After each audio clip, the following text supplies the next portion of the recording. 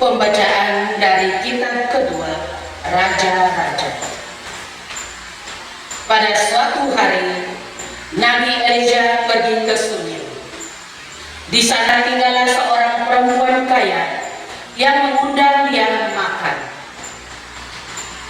Dan setiap kali dalam perjalanan, singgahlah Elijah ke sana untuk makan. Berkatalah perempuan itu kepada suaminya, "Sesungguhnya aku sudah tahu bahwa orang yang selalu datang kepada kita itu adalah abdi Allah yang kudus. Baiklah kita membuat sebuah kamar atas yang kecil yang berdinding mati, dan baiklah kita menaruh di sana baginya sebuah tempat tidur, sebuah meja, sebuah kursi, dan sebuah kandil. Maka apabila ia datang kepada kita, biarlah ia masuk ke sana." Pada suatu hari, datanglah Elijah ke sana. Lalu masuklah ia ke kamar atas itu dan tidur di sana. Kemudian berkatalah Elijah kepada Gehazi hambanya, "Apakah yang dapat kuperbuat baginya?" Jawab Gehazi, "Ia tidak mempunyai anak, dan suaminya sudah tua." Lalu berkatalah Elijah, "Panggillah dia." Sesudah dipanggil, berdirilah perempuan itu di pintu. Maka berkatalah Elijah kepadanya, "Tahun depan, pada waktu seperti ini juga, engkau akan menggendong seorang anak laki-laki." Demikianlah sabda Tuhan. Syukur kepada Allah.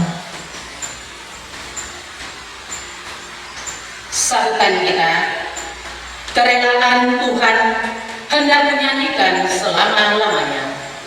Kerelaan Tuhan hendak menyanyikan selama-lamanya. Aku hendak menyanyikan kasih setia Tuhan selama-lamanya. Hendak menuturkan kesetiaan-Mu turun-temurun. Sebab kasih setiamu dibangun untuk selama-lamanya. Kesetiaan-Mu tegap segar seperti langit. Kerelaan Tuhan hendak menyanyikan selama-lamanya. Engkau berkata, "Telah kuikat perjanjian dengan orang pilihan-Ku. Aku telah bersumpah kepada Daud, hamba-Ku. Aku hendak menegakkan anak cucumu untuk selama-lamanya dan membangun takhta-Mu turun-temurun." Kerelaan Tuhan hendak menyanyikan selama-lamanya.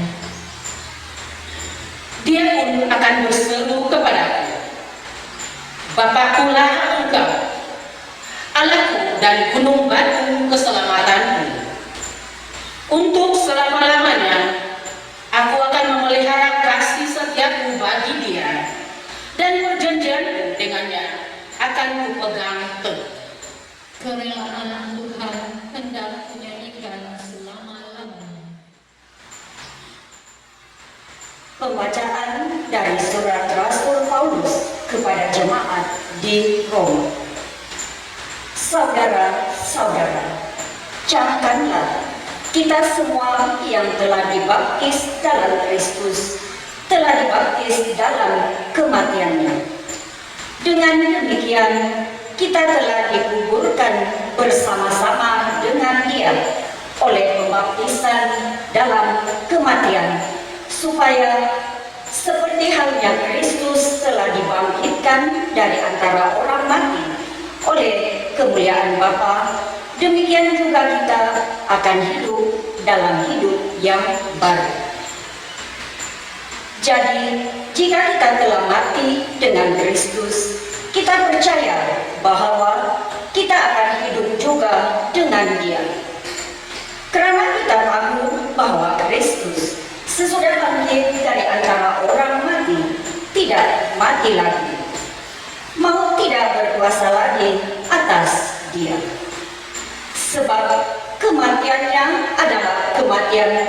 dosa satu kali untuk selama-lamanya, dan kehidupannya adalah kehidupan bagi Allah. Demikianlah hendaknya kamu memandangnya. Kamu telah mati bagi dosa, tetapi kamu hidup bagi Allah dalam Kristus Yesus.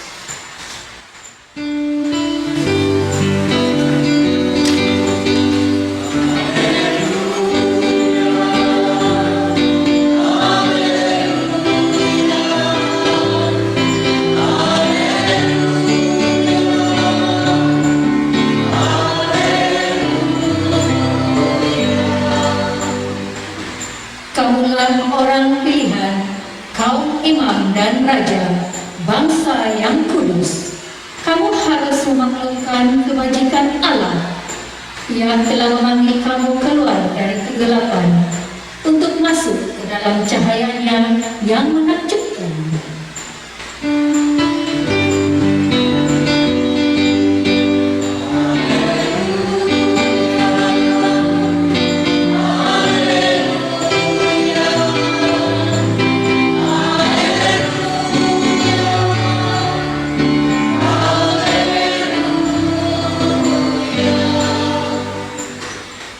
Tuhan bersamamu. Dan bersama rohmu. Inilah Injil Yesus Kristus menurut Santo Matius. Dimuliakanlah Tuhan. Sekali peristiwa Yesus bersabda kepada kedua belas muridnya, "Sesiapa mengasihi bapa atau ibunya lebih daripadaku, ia tidak layak bagiku. Dan sesiapa mengasihi putranya atau putrinya lebih daripadaku, ia tidak layak bagiku. Sesiapa tidak memikul salibnya dan mengikuti aku, ia tidak layak bagiku. Sesiapa mempertahankan nyawanya, ia akan kehilangan nyawanya. Dan sesiapa kehilangan nyawanya demi aku, ia akan memperolehnya kembali. Sesiapa menyambut aku, ia menyambut. Sesiapa menyambut kamu, ia menyambut aku. Dan sesiapa menyambut aku, ia menyambut dia yang mengutus aku. Sesiapa menyambut seorang nabi sebagai nabi, ia akan menerima upah nabi. Dan sesiapa menyambut seorang benar sebagai orang benar, ia akan menerima upah orang benar. Dan sesiapa memberi air sejuk secangkir sahaja kepada salah seorang yang kecil ini, kerana ia muridku, aku berkata kepadamu, sesungguhnya ia tidak akan kehilangan upahnya." Demikianlah Injil Tuhan. Terpujilah Kristus.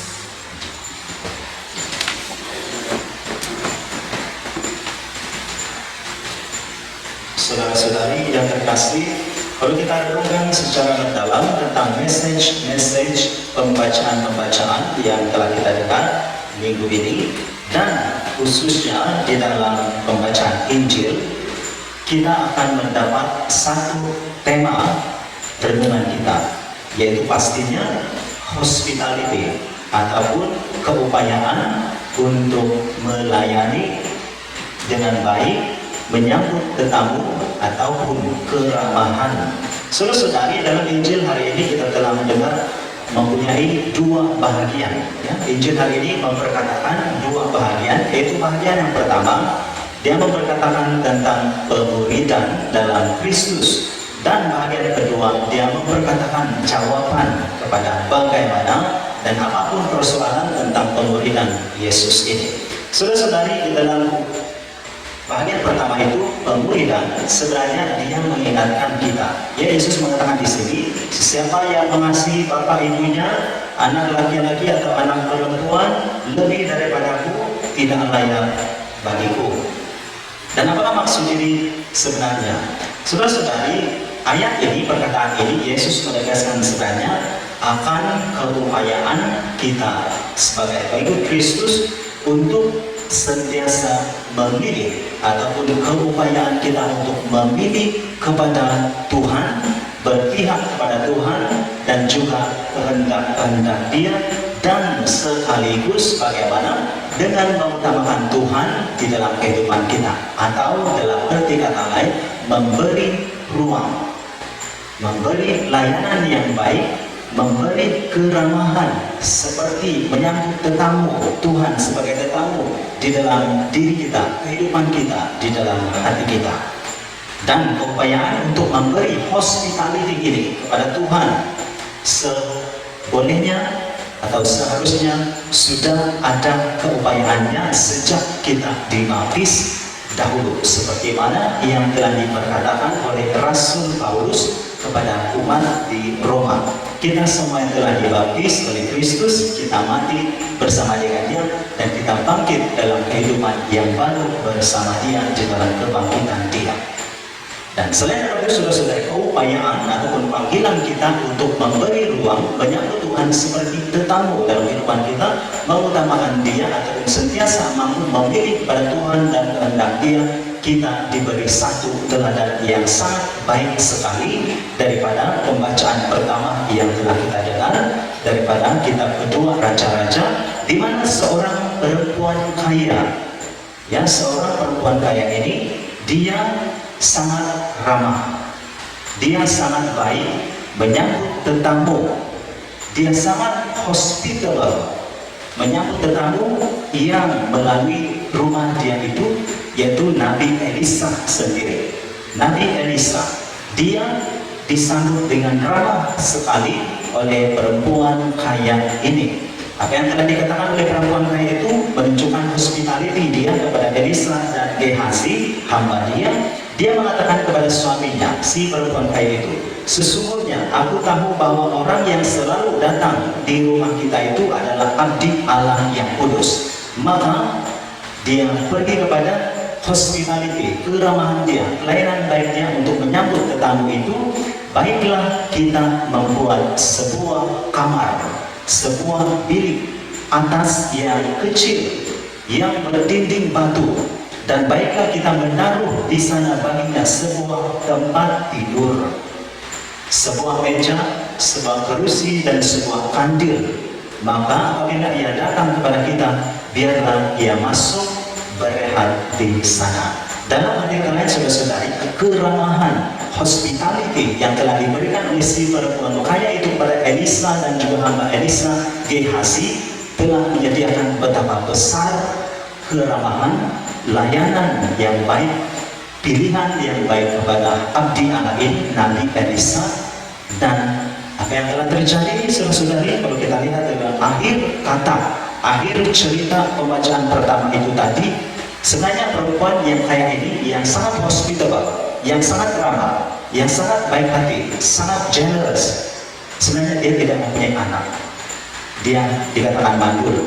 Tetapi oleh karena kebaikan hatinya itu, hospitality yang telah diberikan pada Elisa itu, Elisa telah berdoa khas untuk wanita kaya ini, dan akhirnya pada tahun yang seterusnya wanita ini percaya untuk menggendong anak laki-laki.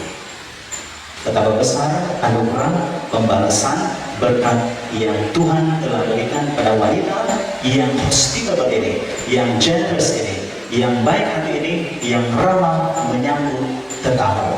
Saudara-saudari, melihat kepada pilihan ataupun refleksi kita pada minggu ini, pilihan untuk memberi ruang, memilih, sentiasa memilih kepada Tuhan, memberi layanan baik kepada Tuhan di dalam hati kehidupan kita, dalam pemikiran dan perbuatan kita.